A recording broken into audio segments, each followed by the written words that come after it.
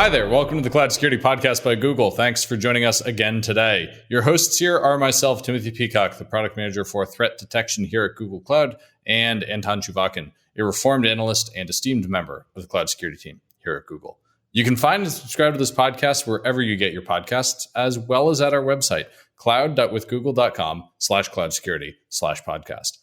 If you like our content and want it delivered to you piping hot every Monday Pacific, please do hit that subscribe button. You can follow the show and argue with your hosts on Twitter as well, twitter.com/cloudsecpodcast. Anton, we are talking about the red team today. Yes, that one's really fun because we kind of discovered that historically episodes focused on something awesome that Google does in security are very popular. They tend to be. And so this time we're talking about plasma globes. Is that true? No. Don't give out the spoilers, please. We're talking about red teaming.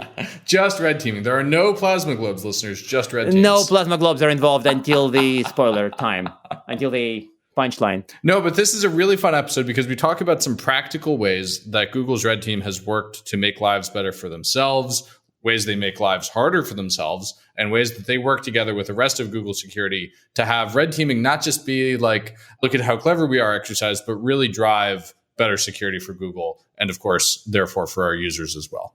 Yes, indeed. And I think that one good lesson that I've learned from this one is that even if somebody is really high maturity, like, well, Google, there are certain lessons that can be kind of cut in little chunks. And the first stages can be used by other people. So it's not like, oh, Google does things in such an amazing manner, nobody can copy it. Well, that's true, but, well, no, that's not the end of my remark. It's true, but there may be stages that we went through that can be useful as lessons to others. Yes. And I think with red teaming, there are definitely signals of that sort in the episode today. Absolutely. And with that, guests, I am delighted to introduce today's guest, Stefan Friedli, a senior security engineer, also known as a heist orchestrator here at Google.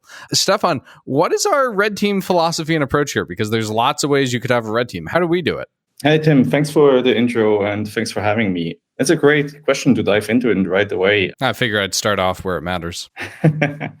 So our mission in a nutshell is that we help to make Google itself more secure by trying to hack it. And what that does is it gives our defensive teams, our blue teams, an opportunity to sort of have a sparring partner and to see how well our signals are already working and how we can improve them further. So real sort of the simulation that hopefully prepares us for the real world.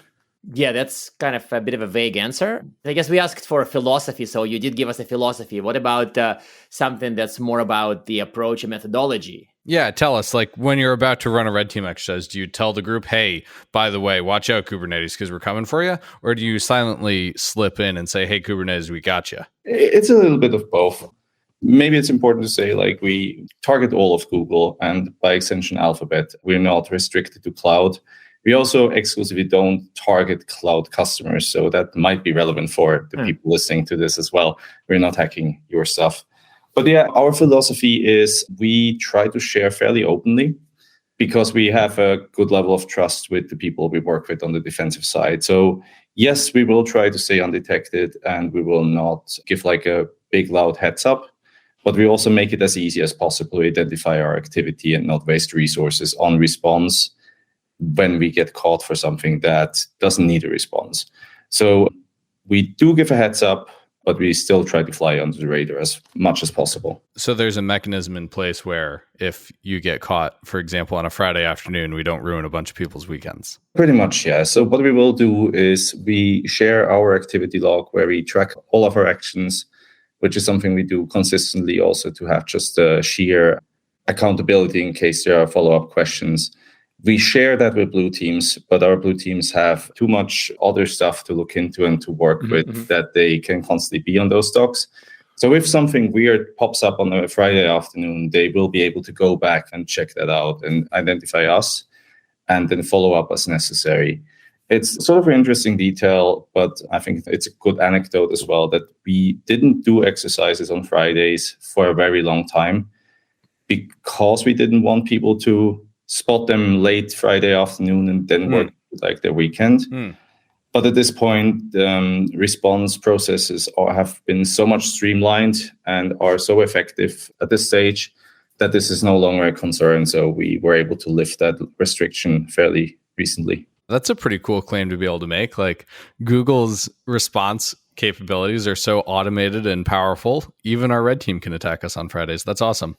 That actually is. And I think that I wanted to remind others that this whole approach where there is a kind of you can flip the book to the last page where the answers are if you see something weird that you can't crack. So the whole log of activities that you can check, but it isn't shoved in your face up front, is kind of makes sense as kind of to power, I guess, what I would call maybe a purple teaming aspect of this, right? So if I am the defender and I'm noticing something weird, I do have a chance of checking the red team log and see, is it them?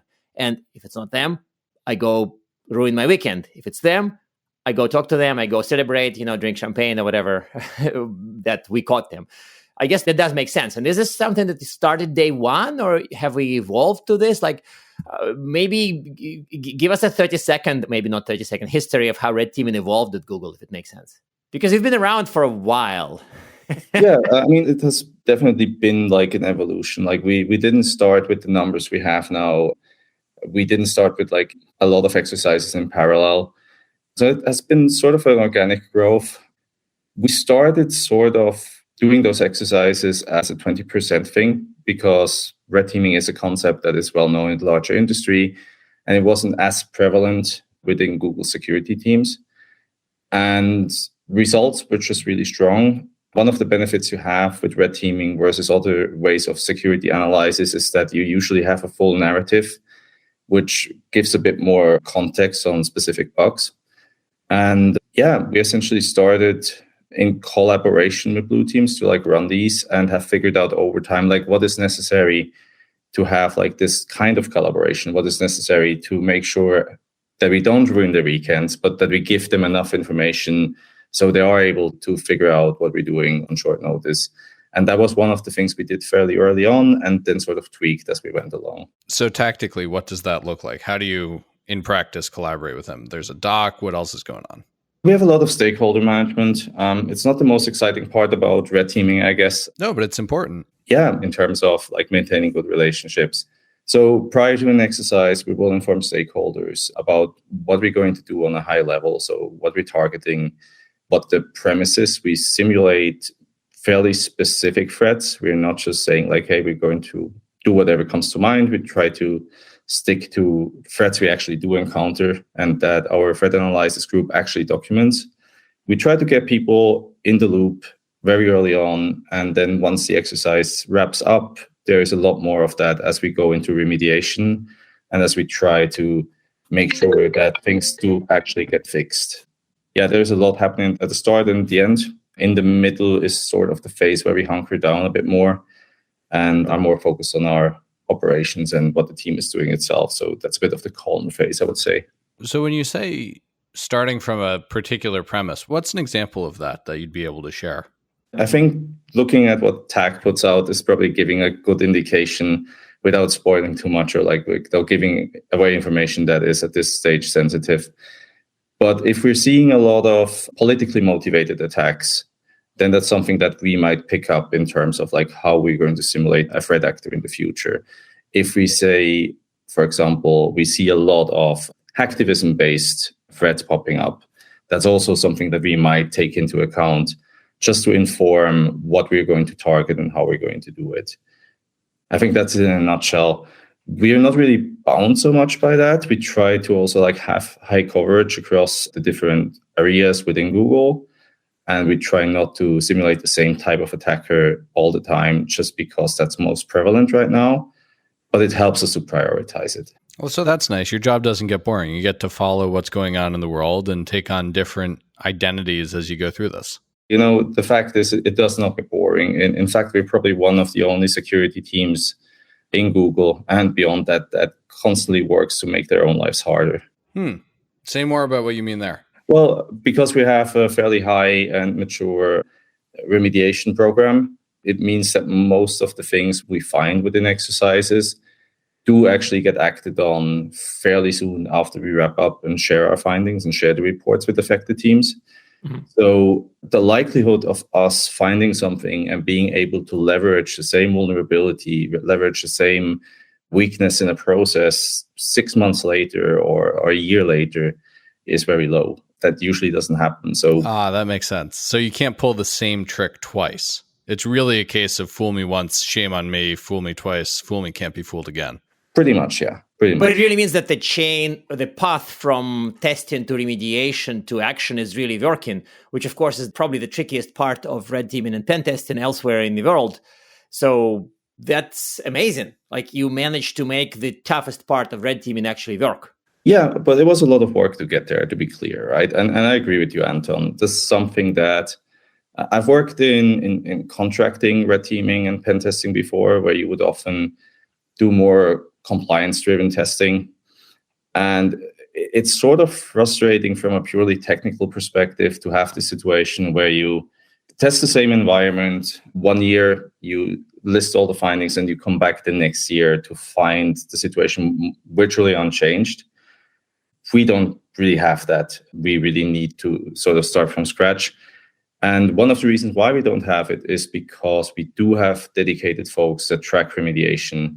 So it's not necessarily the folks who run the attacks within the red team exercise who follow up, but dedicated folks who have the expertise to advise on these remediations and make sure that they happen within a reasonable amount of time. So can you run us maybe through an example of testing, possibly made up testing outcome that powers the remediation, and then what happens? Like you read about something in tags materials, you decided to simulate that threat actor activities, something happened, and then what happens? Like, can you run us through this path from test outcome to problem is solved? Sure. So let's take something that is both fictional and also sort of like high level, I guess. Let's assume we see that there's a lot of targeted phishing going around geared towards executives and their assistants, right? So that's something that we might pick up and do some research into and see like, okay, how feasible is this? How much of it relies on deceiving the target by social engineering them, and how much can we also do via technical means? Mm-hmm. Like, are there ways how we can manipulate the communication channels being used to be more deceptive, right? And not just in the sense of like, oh, this looks like, I shouldn't click on it, but this looks very legit, and it shouldn't. So in that case, once we run for this very simple example, we will have some findings, right? If the attack succeeded, it means that either we fooled them and there's a behavioral thing that we can't really fix. We don't really blame users for this sort of deception being successful. Mm-hmm. But much more likely, there are things on the technical layer of things that we can say like, hey, it should be easier for someone to spot deceptive content. And we have figured out that we can do A, B, and C in order to make sure that it's not easy to spot. Can we fix this? If so, how? And which teams are responsible for this? Which teams can advise on that and make it happen? And that's where we sort of do the handover to our remediation teams and give them our technical input, and they'll triage it and run with it further and make sure that these conversations happen and these changes are implemented if it's feasible. So that means that you would, to pick one item out of this narrative, is that a very likely outcome of this exercise is not somebody get beat up over the head or somebody gets quote unquote re-educated, but it's more of a technical elements of that are extracted, studied, and then technical solutions are implemented to make this less likely to succeed. Roughly, that's what's going on, right? Yeah, 100%. That's a good call out. I personally don't think that it makes sense to place the burden of security on user behavior, because we literally expect people to interact with email, to interact with the tools we're giving them. And telling people it's not okay to scan a QR code, telling people it's not okay to open an email or to be helpful to somebody is not doing us many favors. So we really try to focus on making it easy for people to spot deception or to report deception, rather than reprimanding them for trying to do a good job. I love this particular anecdote right now because it gives me the opportunity to do the thing I always make fun of our guests for doing, which is connect this practice back to our SRE practices. this blamelessness of red team outcomes is very similar to our blameless post-mortem culture. And there's a really nice overlap there that ordinarily guests would be like, oh, you should read the SRE book. I'm like, always the SRE book. But here, very similar to the SRE book. That's great. Yeah, there are definitely some similarities. And it has definitely also helped us to build those relationships to teams across Google. That is really helpful because, again, while we are simulating attackers that want to harm Google potentially, we are still out of that like simulation context. We are still Googlers. We're still trying to make Google more secure and make Google a safer place. So I think this is a good example on how these two roles diverge a little bit from each other. That makes a ton of sense. And while we're on the topic of, other parts of Googler, what's unique about red teaming at Google? What else is, very Googly about how we do this? That's a really good question. Oh, shucks. Thank you. Yeah. I don't really want to claim that we're doing things in a especially weird or like, exotic. What? We do most of the things in a especially weird manner at Google. What are you talking about? This is Google. Everything here is rocket science. Everything is special and weird. If you insist, we can run with that. Yeah, we do. I do think compared to previous experiences, like as I said, the remediation rate is super high, which makes things more interesting, but also ups the pressure quite a bit. But in general, we just have a lot of stuff to look at. I think I mentioned it, like we have sort of a coverage model where we try to focus on different areas of the company across a certain period of time.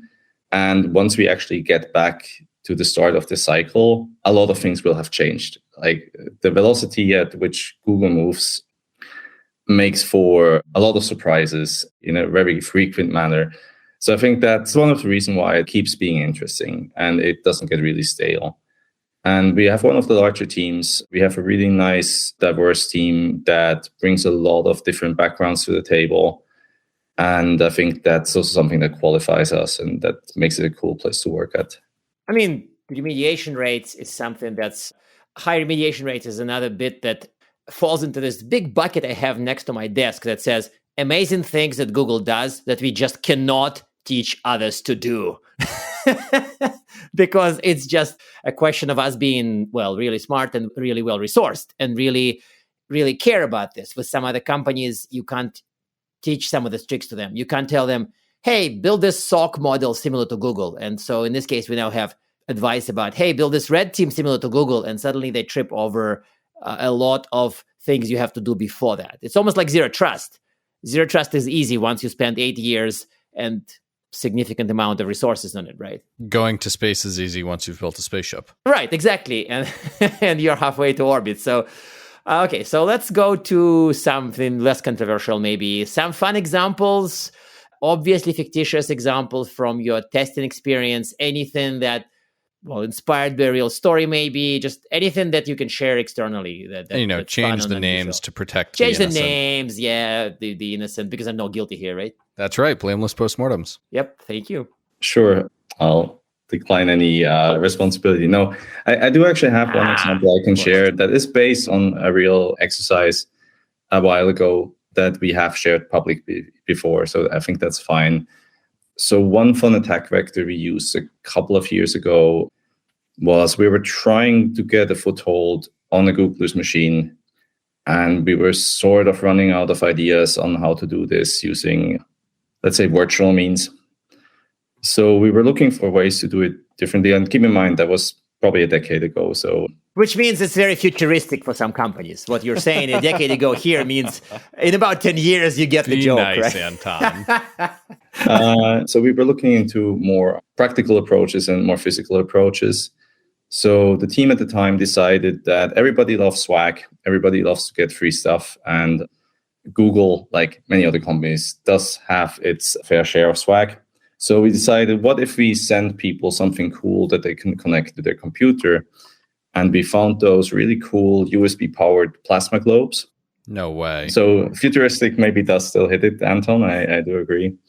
And we applied like a Google logo to them and built in like a little sort of teensy style chip that emulated the keyboard device. No, you didn't. And used that. They so did. And used that to successfully gain access to some workstations after that. However, since we were talking about remediation, I should mention Well, what's the remediation on that? Yeah, exactly. it did actually spark work on a piece of software that detects rogue human interface devices via USB and allows you to allow list and block list them. That I think was even open sourced a while back. So might be able to find that if you look for it. So it wasn't instructions to the physical security people to smash all the plasma globes they see. I'm not sure. I feel like that would probably have been controversial because I think people did like the plasma globes in general. Maybe it's not the implications of connecting it. That's a phenomenal example. I love this. Okay, so we're nearing the end of time. I want to ask the traditional closing questions. What's one weird tip for helping companies red team better? And you have recommended further reading. Sure. One weird tip. It's not really weird to me, but I get it from conversations that it can be for folks. But it's not like red teaming doesn't mean you're playing against the blue team, right? And that's one of these misconceptions that I think especially people starting off and trying to build those programs sometimes have. But honestly, the more collaboration you can have with the blue team, like with detection and response or whatever you call it within your org, the more possibilities will open up for red teaming. Because if you can manage the risk of like, hey, if we break something or if we like get detected, it's not like this big thing that needs investigation. It's not that big thing that requires escalation. Then it frees up a lot of time. It frees up a lot of opportunities to do things that maybe are a bit more risky, but you can do them in a safe way because you have this channel and this trust relationship to the defensive teams. So that will probably be the one there. Further reading, not a ton of SRE book, fine. You can always cheat and say SRE book or tag blog or something. Come on. If it's reliable, it's reliable. That's great. Let's go with that. All right, Stefan, thank you for joining us today. Yeah, thanks for having me. And now we are at time. Thank you very much for listening and, of course, for subscribing. You can find this podcast at Google Podcasts, Apple Podcasts, Spotify, or wherever else you get your podcasts. Also, you can find us at our website, cloud.withgoogle.com/cloudsecurity/podcast. Please subscribe so that you don't miss episodes. You can follow us on Twitter, twitter.com/cloudsecpodcast. Your hosts are also on Twitter at Anton_Chuvakian and _Team Pico. Tweet at us, email us, argue with us, and if you like or hate what we hear, we can invite you to the next episode. See you on the next Cloud Security Podcast episode.